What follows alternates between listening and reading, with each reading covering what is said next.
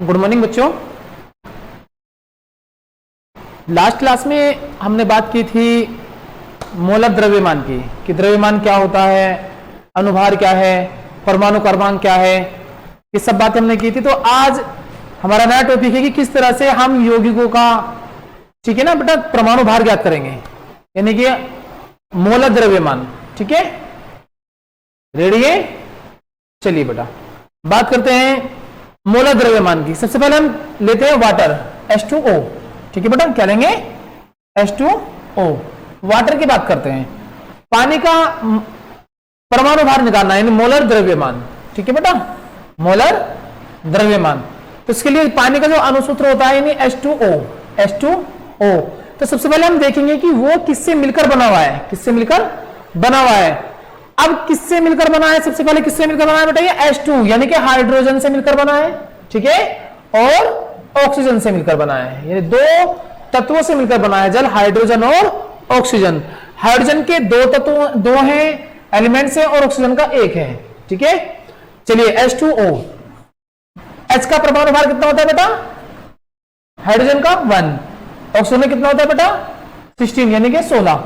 ठीक है, तो 1 into 2, क्योंकि यहां पर 2 बेटा, अनुभार कितना? 1 प्लस 16, ओ का है आपको 2 प्लस 16 कितना आ गया? 18 आ गया। ठीक है, अतः जल का मोलर द्रव्यमान कितना होता है? 18 होता है। कितना होता है बेटा? 18 होता है। समझ में आया? देखिए इस मोलर द्रव्यमान जब हम फाइंड करेंगे, सबसे पहले हम देखते हैं कि वो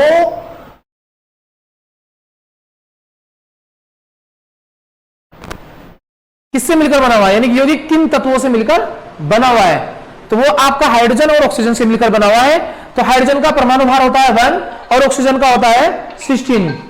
ठीक है, तो हाइड्रोजन का यहां पर 2 है और ऑक्सीजन का यहां पर 1 है, तो H2 2 1 2 और ये 16 16 हो गया। ठीक है बेटा, तो 16 प्लस 2 18 हो गया, यानी कि 16 प्लस, ठीक है, 16 को ऐड कर देंगे किसमें? 2 में, 2 में, तो कितना हो गया? 18 हो गया। तो H2 का मोलर द्रव्यमान कितना गया बेटा? 18 हो गया। ठीक है, एक बात ध्यान रखना बेटा, जो शुद्ध जल होता है, प्योर वाटर में का जो पीएच मान होता है कितना होता है बेटा? पीएच मान कितना होता है? 7 होता है, 7 होता है। और ये उदासीन होता है। कैसा होता है बेटा? ये उदासीन। ठीक है, उदासीन कैसे कहते हैं? ना अम्लीय ना ही क्षारीय। ठीक है, ना अम्लीय ना क्षारीय, ये बोलते हैं उदासीन, बोलते हैं हम। ठीक है बेटा, अब हाँ एक बात आपने पिछली क्लास में, मैं रिपीट कर देता हूं कि पढ़कर आए होंगे आप अम्ल क्षार के बारे में। ठीक है, इसे रिपीट कर लेते हैं एक बार, मैंने बना दिया है। और एक बात कि शुद्ध जल में हीट, वो इलेक्ट्रिक करंट यानी कि बिजली जो है प्रवाहित नहीं होती है, ध्यान रखना, नॉन कंडक्टर है। देखिए बेटा, अम्लीय और क्षारीय आपने पढ़ा होगा, पहले रिपीट कर लेते हैं कि अम्ल क्या होता है, यानी जिसका मान 0 से 7 के बीच होगा। क्या मान होगा? पीएच मान। क्या बेटा? पीएच मान। पीएच मान कितना होगा बेटा?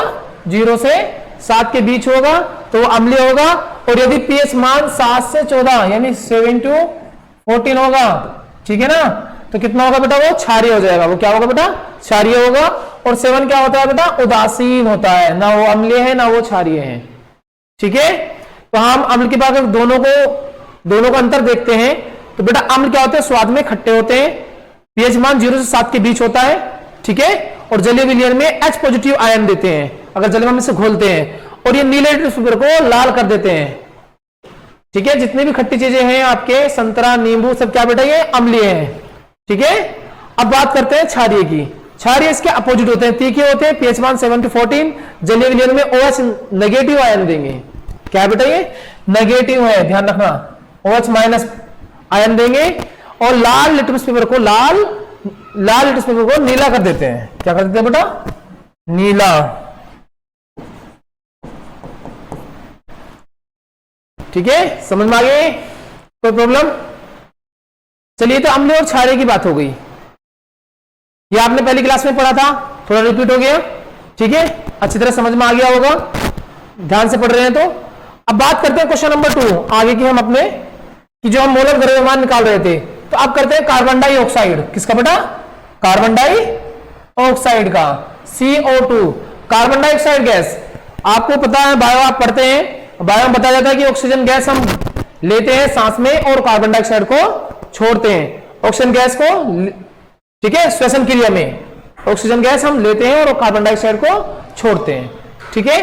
और प्लांट्स में क्या होता है, अपोजिट होता है, वो कार्बन डाइऑक्साइड ग्रहण करते हैं यानी लेते हैं श्वास में और ऑक्सीजन को छोड़ते हैं। देखिए अब CO2 का मोलर द्रव्यमान, तो मैंने सबसे पहले बताया था बेटा कि अगर हम किसी का भी द्रव्यमान ज्ञात करते हैं, मोलर द्रव्यमान, तो उसके लिए क्या होगा सबसे पहले बेटा कि आपको सबसे पहले देखना है कि वो किस तत्वों से मिलकर बना है, किन तत्वों से मिलकर बना है। कि कार्बन डाइऑक्साइड देते हैं तो कार्बन से और ऑक्सीजन से मिलकर बना हुआ होता है, ठीक है। ऑक्सीजन के यहाँ 2 हैं और कार्बन का केवल 1 है, तो कार्बन का जो परमाणु भार होता है वो होता है 12, ठीक है। और ऑक्सीजन कितना होता है 16, ठीक है। तो 12 प्लस 16 तो 32 यानी 32 और 12 कितना हो गया बेटा 44। तो अतः CO2 यानी कार्बन डाइऑक्साइड का मोलर द्रव्यमान कितना हो गया बेटा 44 हो गया, 44 हो गया।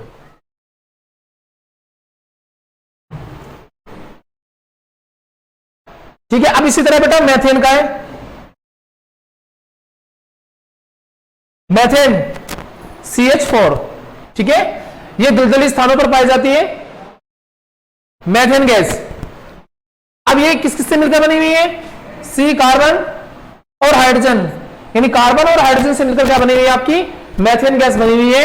यहां पर हाइड्रोजन के 4 हैं और कार्बन का केवल 1 ही है, ठीक है।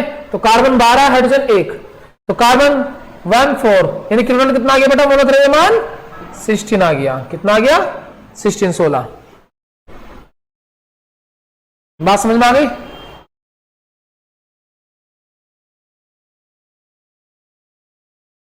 बताइए बेटा कोई प्रॉब्लम? चलिए एक बार और रिपीट कर लेते हैं जो पढ़ाया गया है, ठीक है।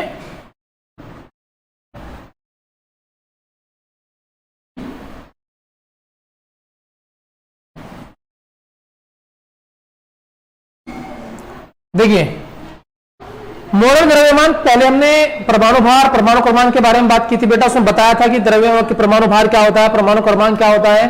अब बात करेंगे किस तरह से हम यौगिकों का परमाणु भार ज्ञात करेंगे, ये मोलर द्रव्यमान, ठीक है बेटा।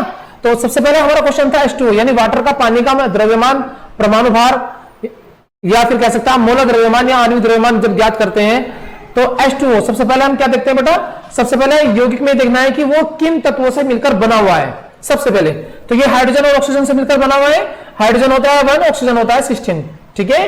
तो दोनों को क्या करेंगे बेटा, देखो हाइड्रोजन के यहां पर 2 है ये रहे और ऑक्सीजन का केवल 1 ही है, तो ये 2 और ये 16 कितने हो गए बेटा, टोटल कितने हो गए 18 हो गए, 18 हो गया। यानी कि H2O का जो मोलर द्रव्यमान आया कितना है बेटा 18 है। और इसका पीएच मान यानी शुद्ध जल का ध्यान रखना बेटा, शुद्ध जल प्योर वाटर का जो पीएच मान होता है बेटा वो 7 होता है। और प्योर वाटर में यानी शुद्ध जल में करंट फ्लो नहीं होता, बिजली नहीं आती, ठीक है।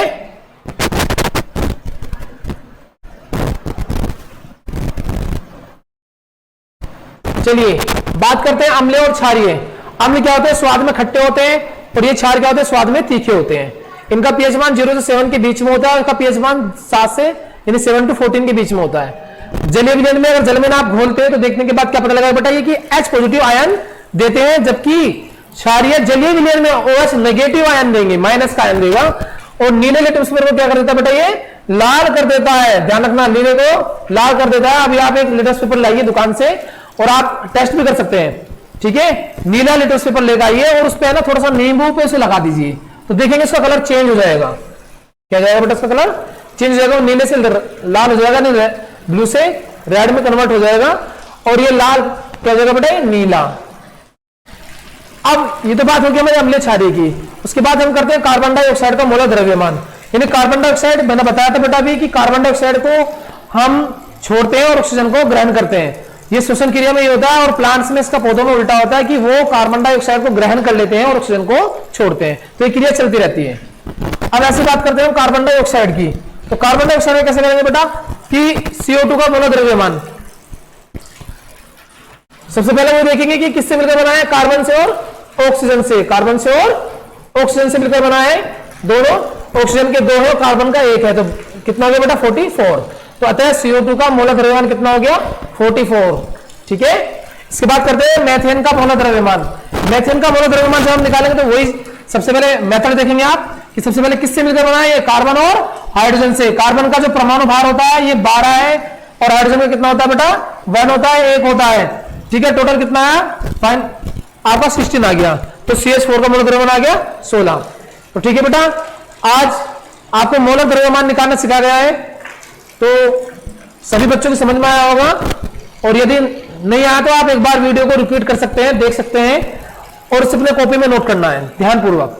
ठीक है बेटा, हर बच्चे को निकालना आना चाहिए, बड़ी आसानी से मैंने बता दिया है। जब भी आप मोलर द्रव्यमान या आणविक द्रव्यमान ज्ञात करेंगे, सबसे पहले आपको बेटा देखना है कि वो यौगिक किससे मिलकर बना हुआ है, वो यौगिक किससे मिलकर बना हुआ है, और जिससे वो मिलकर बना हुआ है फिर उन तत्वों को लिख लेंगे आप अलग अलग। उसके बाद क्या करेंगे फिर कि उनका परमाणु भार आपको पता होना चाहिए। परमाणु भार जब ज्ञात होगा तभी आप उनका आणविक द्रव्यमान यानी मोलर द्रव्यमान ज्ञात कर सकते हैं। ठीक है बेटा, सभी को समझ में आ गया? ध्यानपूर्वक इसे नोट करेंगे और कुछ क्वेश्चन मैं आपको दे देता हूं जो करने हैं आपको घर पर। ठीक है बेटा, इनकी प्रैक्टिस करनी है आपको।